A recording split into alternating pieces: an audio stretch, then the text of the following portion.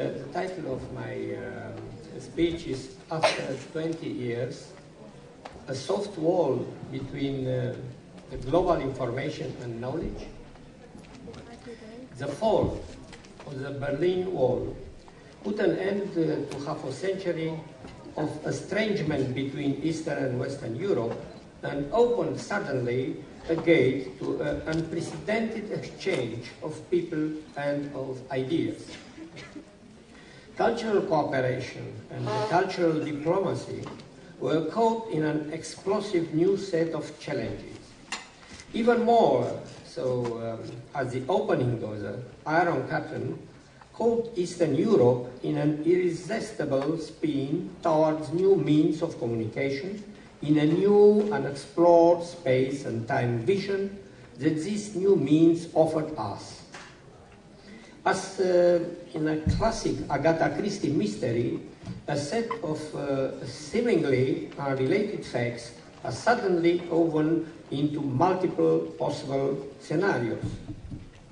In this way, the implosion of the Soviet Empire inaugurated not only a new European unity manifest in the enlarged EU and NATO, but also a new global unity, a new pace and dynamics of the general process of globalization. A new wall, without walls, challenges us as never before. Concerning globalization, while each discipline has generated its own idiosyncratic use of the term, certain characteristics seem to converge. Most scholars who study globalization today would agree that it is best characterized as a set of processes that tend to deterritorialize important economic, social, and cultural practices from their traditional boundaries in nation-states. It is very essence of a postmodern world and involves even a kind of post-geography. The processes of change are structured by four interrelated formations. First, post-national form of production and distribution of goods and services, fueled by growing levels of international trade, foreign direct investment, and capital flows. Second, information, communication, and media technologies that facilitate exchanges and instantaneously connect people across vast transnational areas. Third, growing levels of worldwide migration. And fourth, the resultant cultural transformation and exchanges that challenge traditional values and norms. Is globalization simple modernization? Is it westernization in fast forward? It is imperialism now driven by the extraordinary American hyperpower. Is it unfettered American capitalism sans frontières? Alternatively, it is a phenomenon or a set of phenomena of a completely different order. While globalization, especially when narrowly defined as free markets and free capital flows, has generated doubts and fears, its relevance for social science and education is huge and must be recognized as such. For some economists, lack of globalization, not globalization itself, is a cause of poverty and misery in the developing world. Is globalization a totally new phenomenon? Without a historical perspective, it is difficult to distinguish what might be new and a break from previous cycles of globalization from what mimics and repeats previous processes. What, if anything, is new about globalization? A number of prominent scholars have claimed that globalization is best conceptualized as part of the long process of change arguably centuries in the making. They remind us that certain features of globalization today are not necessarily new. Neither large-scale immigration nor international capital flows are unprecedented. Harvard historian John Cosworth, for instance, identifies 4 distinct cycles of globalization in the Western Hemisphere. First, the opening on transoceanic conquest, communication and trade from 1492 to 1565. Second, the kidnapping and forced migration of Africans and the subsequent establishment of slave plantations in the New World from 1650 to 1790. Third, the export-led growth in the Belle Epoque between 1880 and 1930.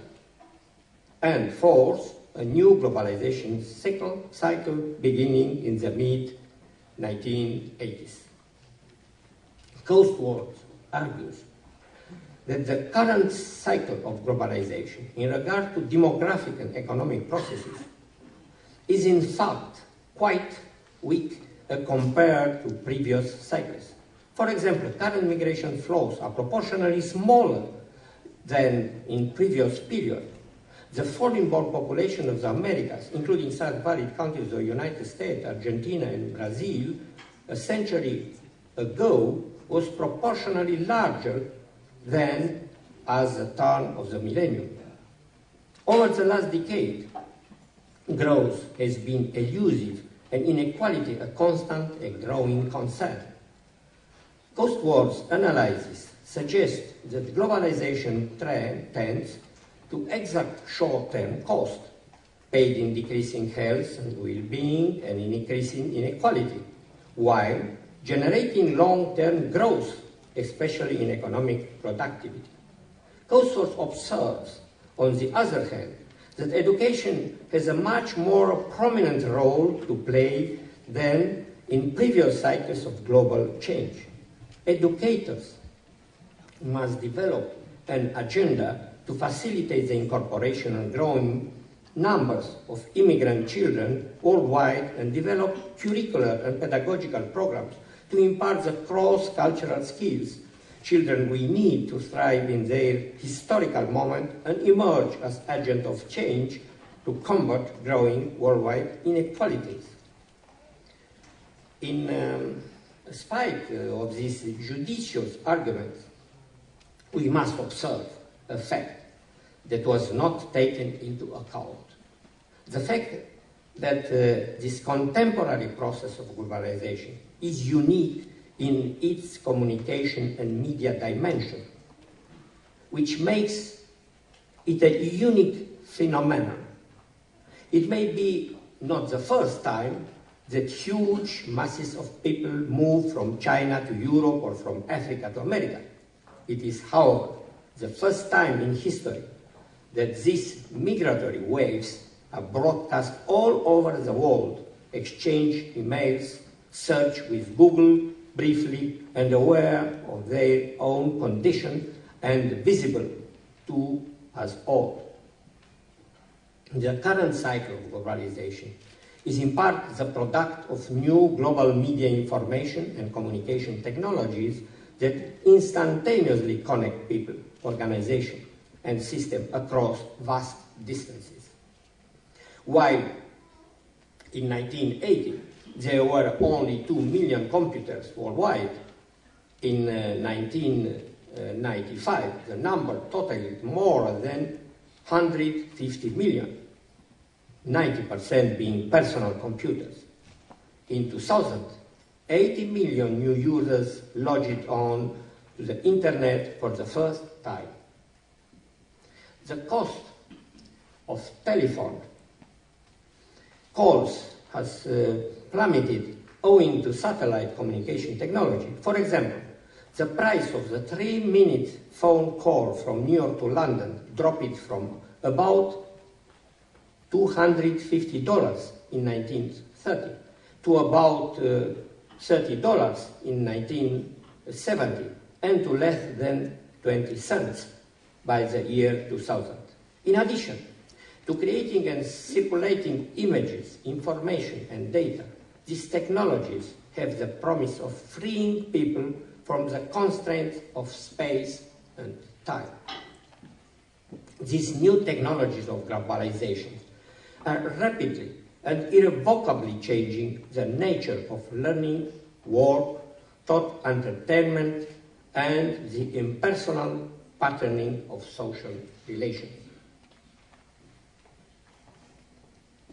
That's why contemporary globalization is generating changes of a magnitude comparable to the emergence of agriculture 10,000 years ago, or the Industrial Revolution 200 years ago.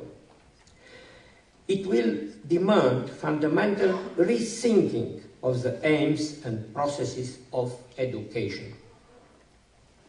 4 domains are at the heart of the new global impulses affecting youth and education worldwide: the globalization and economy and capital, the globalization of media, information and communication technology, large-scale immigration, and the globalization of cultural production and consumption. Together, these currents are reshaping the experience of youth in and out of schools the world over. Now, education will need to encompass new skills, abilities, and understandings. First, understanding the global system. Second, the ability to think analytically and creatively within disciplines. Third, the ability to tackle problems and issues that do not respect disciplinary boundaries. Fourth, knowledge of and respect for one's own cultural traditions. Fifth, knowledge of other cultures and traditions, which should both be an end in itself and means to interacting civilly and productively with individuals from different cultural backgrounds, both within one's own society and across the planet. 6. Fostering of tolerance and appreciation across racial, linguistic, national, and cultural boundaries. Will the next generation of youth become global citizens, eating McDonald's hamburgers, drinking Starbucks coffee, and using a globalized English to communicate with each other online? McDonald's has emerged as the very incarnation of globalization because on an average day, the company serves nearly 50 million customers in over 30,000 restaurants located in 118 countries. Worldwide English is an idiom which has conquered by the whole world because of the internet. But to limit our means to these byproducts of the contemporary technologies impoverish American or English tradition, not only other languages of other cuisines. If that is the case, then the diversity in the cultures and experiences of the next generation may disappear. In fact, many scholars disagree with the notion that globalization is destroying cultural diversity by homogenizing cultural practices the world over. Local vectors always transform global products, rendering them meaningful in terms of local sensibilities, social practices, and cultural models.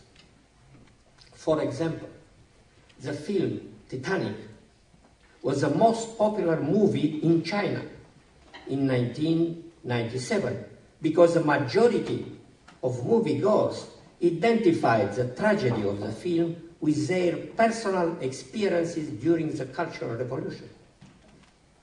The current rapid exchanges of images, facts, and artifacts across national and cultural borders may be seen as a media convergence, which trends to be multidirectional, reflecting the circulation of products from west to east, as well as a continuous concomitant cultural flow from east to west, undergoing metamorphoses that are both unpredictable and contradictory.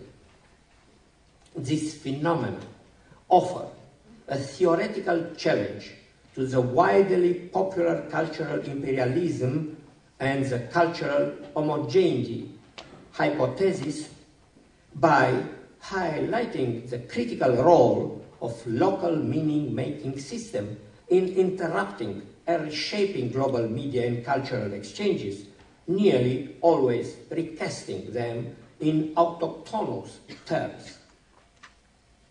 Yet, a paradox of globalization is that as it unites, it also divides the world between those who can access and manipulate the new technologies and those who are left behind, stuck, so to speak, in local tools and local context. The facts are even more disturbing as we learn that the technologies of globalization present unique opportunities and challenges for education.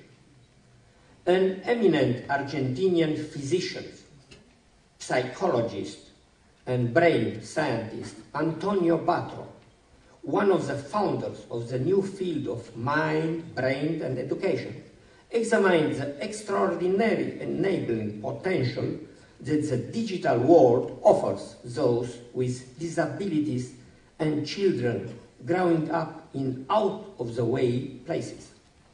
They open up new opportunities for education, particularly among those who have traditionally been shut out, thus more fully developing their cognitive, emotional, and social potential. Batro claims that the ability to make a simple change in a state of the system, what he calls the click option, it is a universal skill that has both evolutionary and developmental origins. He refers to computer use among a hunting and gathering Bushman group in the Kalahari Desert. Batro claims that a universal digital skill develops quite early in life and that such universal digital skills have important implications for education, particularly in their potential revolutionary effect for special education and for people living in remote areas. 100 years ago, anthropologists took long journeys to remote locations to study exotic social, institutional, and cultural beliefs. Today, globalization delivers the exotic to the anthropologist's own backyard. Mexican culture is now alive and well in New York, where by the year 2000, roughly 500,000 Mexican citizens resided, with well over 300,000 in New York City alone. In exchange, over the past decade, anthropologists have developed a taste for such topics as transnationalism, cultural hybrids and dualities, mass media, and persisting cultural conflicts, all brought about by globalization.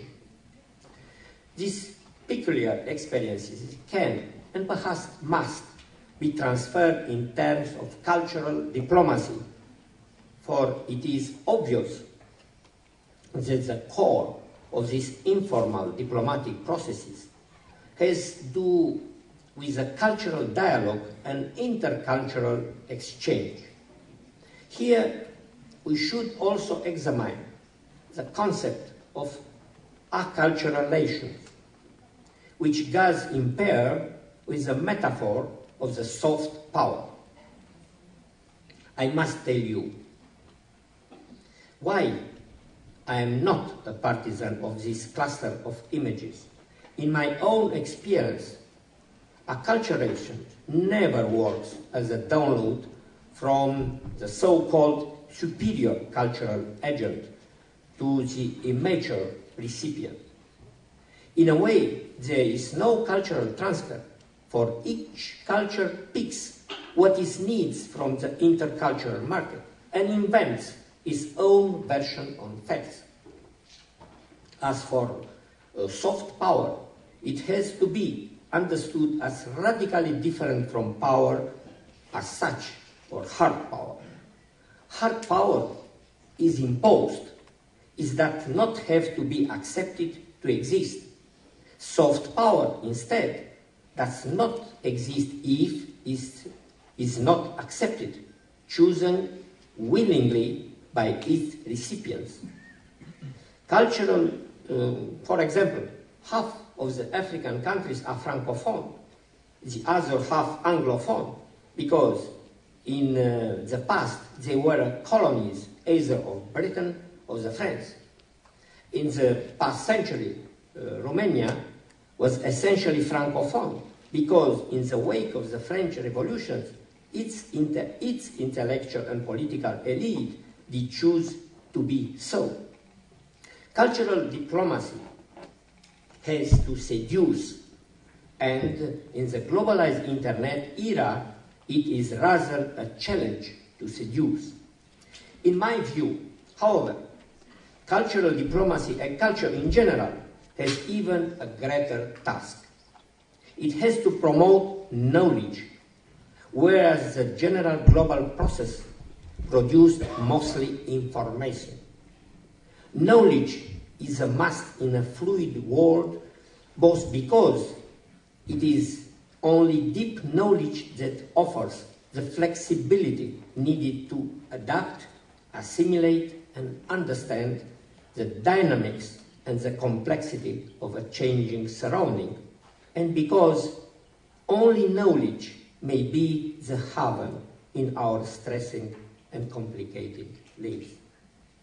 The current world crisis has raised a question marked over a great number of options that the last half a century considered as implicit and make us reflect on the extent to which our own choices have contributed to the aggravation of the global crisis.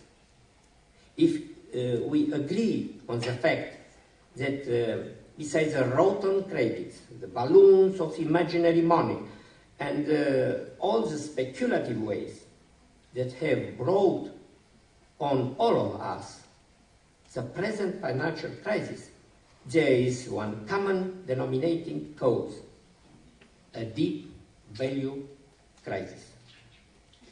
We should also keep in mind that the history of past crises of this proportion shows that our fate will be determined less by the event itself than by how we respond.